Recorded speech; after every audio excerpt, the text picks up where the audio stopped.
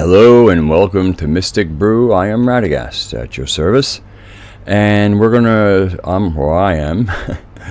Well, we will be going over Trump's speech at Saudi Arabia. It was a 30-minute speech. I think 33 minutes. Roughly a half an hour. And so I said, okay. It was sometime this morning. I've been up for over 24 hours, and I had made a recording of this show, and was getting ready to upload. I said, let me check the audio volumes, and I'd forgotten to turn on my recording mic. So here I am doing it again, and so anyway, I'm cracking my neck a little bit. So Trump's speech, it was, man, talk about good use of psychology. I unlike a lot of people, I listened to the words, but then figuring out, okay, why would you say that here? Why would you say that there? What's going on here? You listen to what is really being said behind the words. And I haven't seen a whole lot of analysis on that. And Jordan Sather of Destroying the Illusion he posted a picture. Somebody showed a picture of him. He had his arm around Corey Good. He met his buddy, so he's a little distracted right now. So I'll get this out. And I think Styx Hexenhammer also did. I didn't have a chance to watch him. Anyway, so. The overview was kind of like that. Look, we have a problem with the military-industrial complex in the United States. It's a monster that must be fed, and usually what happens is it's through all this defense contract and build. And basically it all comes out of taxpayer money.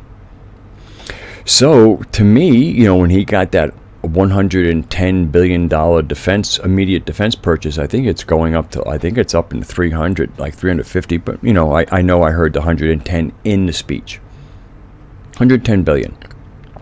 So the way I see that is the MIC gets a hit of 110 billion. It's like, okay, Saudi Arabia gave you 110 billion, that's 110 billion you don't fuck the taxpayers for, okay guys? So he's kind of, it's also like a way, he goes, hey, look what I just came back for you, okay? So that means, if I need to cancel some F-35s, don't worry about it. So I like the idea that he's getting the Saudis to, feed the monster instead of the taxpayers.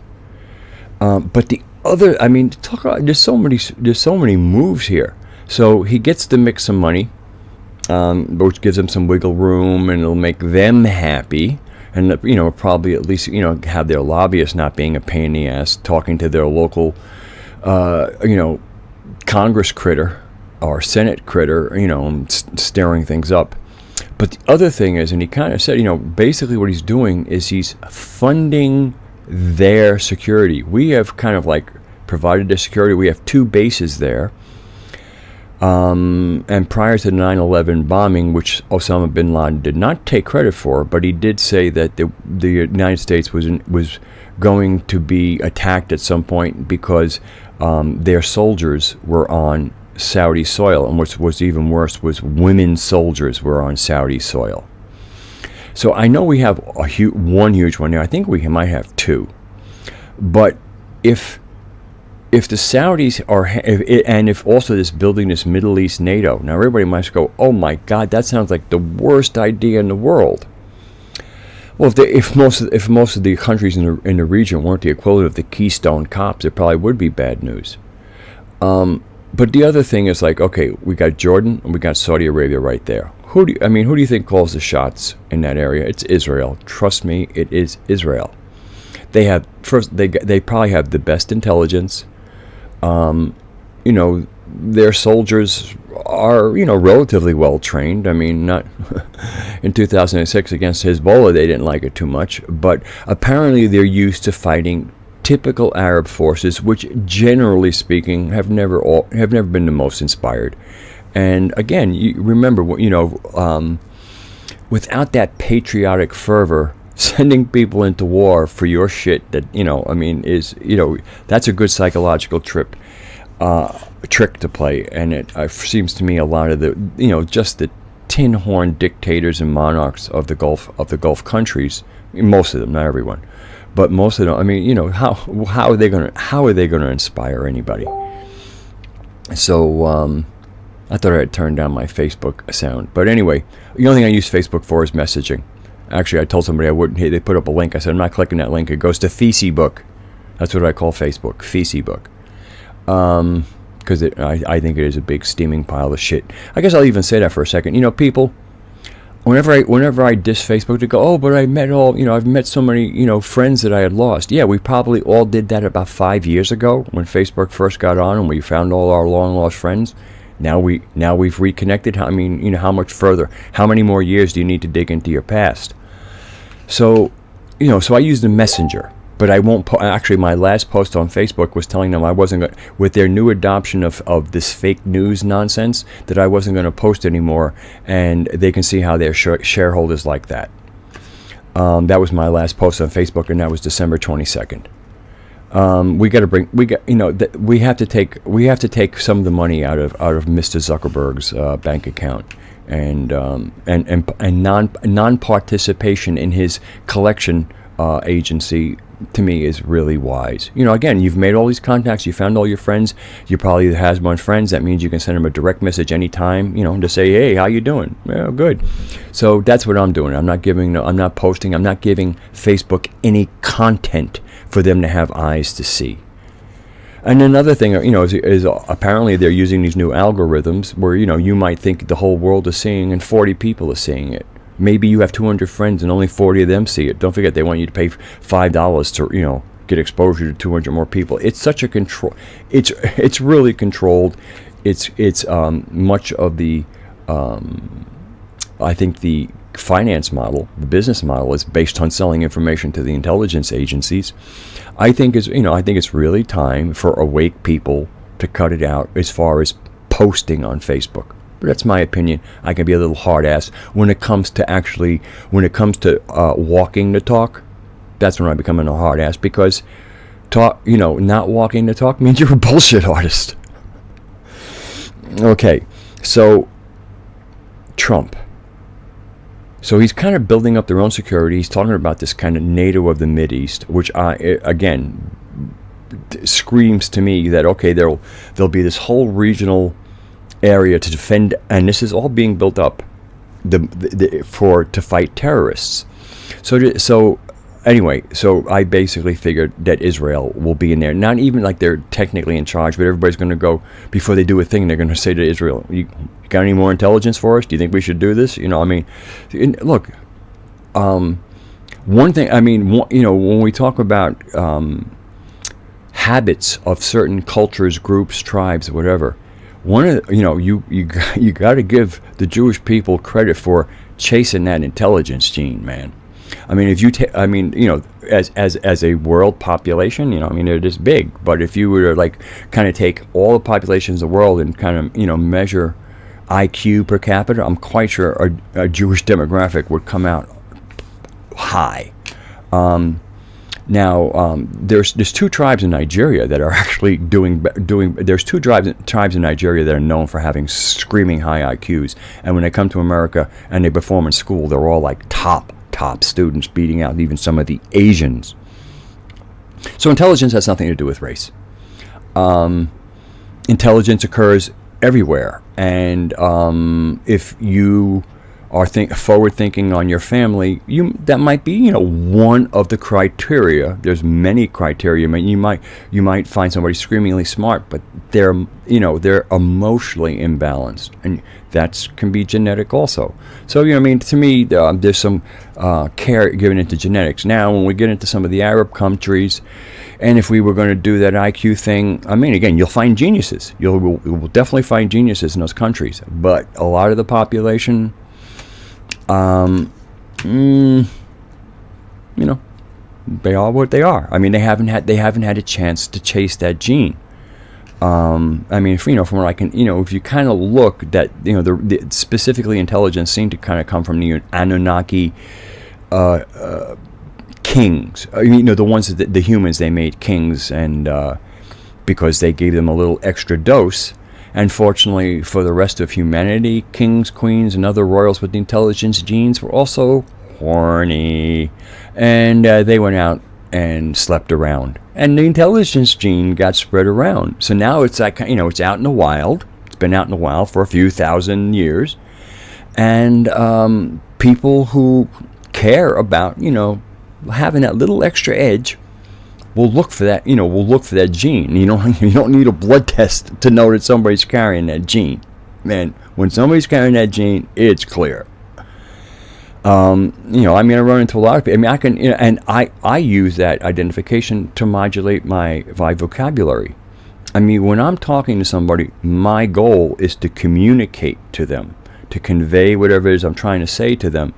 And if I get a reading on them where just, some of my typical language might as well be in Chinese, well then I'll use the 7-color crayon thing instead of the 101 or whatever it is. Anyway, so that's why I think Israel will end up in head of, with all that kind of tangent. I think that Israel, by default, because they have the talent, will end up heading the Mideast NATO. I bet my money on it. And then, when you got Jared Kushner and all, look, there's plenty of things to see this going up. Okay, so now you have this NATO there. So to me, what I see is that all these bases that we've had, providing protection here, now that they can now that if there's a NATO for the Middle East, now Trump can say, okay, we can bring the boys home, saving more billions of dollars of these bases and maintaining them. But he can't say that because he just gave the MiG 110B, talking about closing the bases. They go, oh man, well, you're closing bases. Oh, now we have a net zero. So he's, he knows how to play the greedy boys. He's worked all his life with the greedy boys, and I'm quite sure he has a touch of it in himself. And it takes one to know one. All right. So, and then he's got this whole agreement. I can't remember the name of this thing they're starting. It's the Extremist something coalition, whatever. And it's about all of them have signed an agreement. They actually have a paper that they've signed agreeing to fight terrorism, radicals, and extremists together. And let me tell you about, I would say 10 minutes of Trump's 30, if not 15, was him really laying it out time and time again about these men are not, they worship death. He said this, they worship death, they don't worship God. He spoke about, all the terrorist attacks in America and then in Europe. And then he said, and as bad and as with all the deaths that have happened in America and Europe, 95% of the deaths are Muslims in the Middle East. And he goes, these are people with souls who want to live out their life. He mentioned God multiple times, which, given the very religious, supposedly religious nature of the Saudi Arabians, that was a good tact. He was brilliant. He was like brilliant in the mind fuck kind of way, because a lot of people are going, oh, he's cozying up to these creeps. I'll tell you, man, he gave them a good mind fucking. You have to watch it and hope that you can actually see what's going on, not just listen to the words and not understanding that these words are a strategy. Those words are the smoke. The fire is behind those words. He made a very heavy emphasis on sovereignty, speaking first from the sovereignty of the United States, but he sees all nations as sovereign, and what happens in a nation is not another nation's business, which I think was a kind of a diplomatic way of him saying, yeah, there's body parts, heads, hands, feet, all over the streets of Saudi Arabia, but it's your country, you're a sovereign country, and we may think it's really barbaric and absolutely lunatic, but it's your country. We're not going to say anything. And actually, as far as, critiquing, and of course, if you're going to say something about it, you don't say it in their country. That's just bad manners. But he better put a big emphasis on sovereignty. he kind of held up a mirror to the Middle East. I mean, you have to listen to see the way he phrased it. He always used the pronoun we. It was always a group effort. It wasn't like you guys, like, we will do this. We have to fight terrorism. We can't give any excuses. We can't turn a blind eye to the funding of it. We. As he lays it out, he's making everybody part of it. People have signed an agreement, and he's speaking on things that based on the language in these agreements. Man, he's roping them in. I mean, again, he's roping them in if they're going to go squirrely on him. If they actually stay to the letter of the law, and a lot of people go, "We're expecting that from the Saudis." I guess I don't expect it, but I'll certainly give it a little time and see what happens. And if they go back to their old ways, nobody's surprised. But if they go, this is like a tabula rasa, a new start. And if we don't screw up, we might actually be able to make all of this work. Similarly, I mean, again, he's going to be giving all these arms to all these countries surrounding Israel. Like people are going, isn't that crazy? Trust me, Israel would be screaming if that was a bad idea. Israel would be screaming if they thought that was a bad idea. And I'm quite sure. Well, first of all, Israel always gets the top stuff. And I'm quite sure, in other words, they get the A+ stuff. I'm quite sure, the Middle East NATO will probably be running on B+ stuff or A-. So, Israel will have the edge. And of course, if any of them, the Saudis and the Jordanian king, man, whatever Israel wants, they just want to stay in power. And that's all that really matters to them. Do their people matter to them? Go and see how many of them are uneducated and ill-fed. Although I might mention that before the fuckery started in Syria, they had free health care. I think it was also free. I think you could become a doctor in Syria without having to put out a cent of your own money. Syria was, that's why they attacked it. Libya used to give people I think they used to give them money for a down payment or give them a home if they got married and were going to have a kid. They were marriage gifts. I mean, if you spoke out, because he was trying to be really great to his people, at least from his point of view, and in many ways he was being great to his people. But he, he was that kind of narcissist, so he would treat you real good. But if he got word that you were saying shit about him, he was a very ugly man. And to me, if it's basically good, and all you have to really do is just not say, hey, this guy just is funny, and he's kind of, he's really a crackpot, and he's with all these girls. That's not very, if once again, he's going, hey man, I'm giving you guys everything, cut me some slack. But no, he wouldn't say to cut me some slack, just say, make them disappear. So yeah, I mean, he had that side of him, but again, look, he was running a decent country. He just did not tolerate any dissent. I'm not applauding that. I don't want to even give it even half a pass. But again, it's just kind of like, if somebody's a bad guy to the knuckleheads, well, what's a knucklehead? Whatever he thought it was. But generally, knuckleheads are knuckleheads. They're testing. Usually they want to test. They want to find out where that boundary is. And if you have somebody who snaps, when you find out where the boundary is, it's usually the last thing you remember. So Trump held up a mirror to the Middle East. He really read the Riot Act to supporters of terror. You have to hear it. He said radicals worship death instead of God. And, that's right, that's what he said. Where he said, if we do not do something about these terrorists, not only will we be judged by our people, not only will we be judged by other countries, but most importantly, we will be judged by God. And like I said, now to these people who make all this noise about God, as the Saudis, Allah, and what Allah, Al is the, La is God. Allah means the God, basically it means God in Arabic. And there's a good chance, I think it's the same word in Aramaic, the language that Jesus spoke. So there's a good chance if ever he said God, he said Allah. He was speaking Aramaic.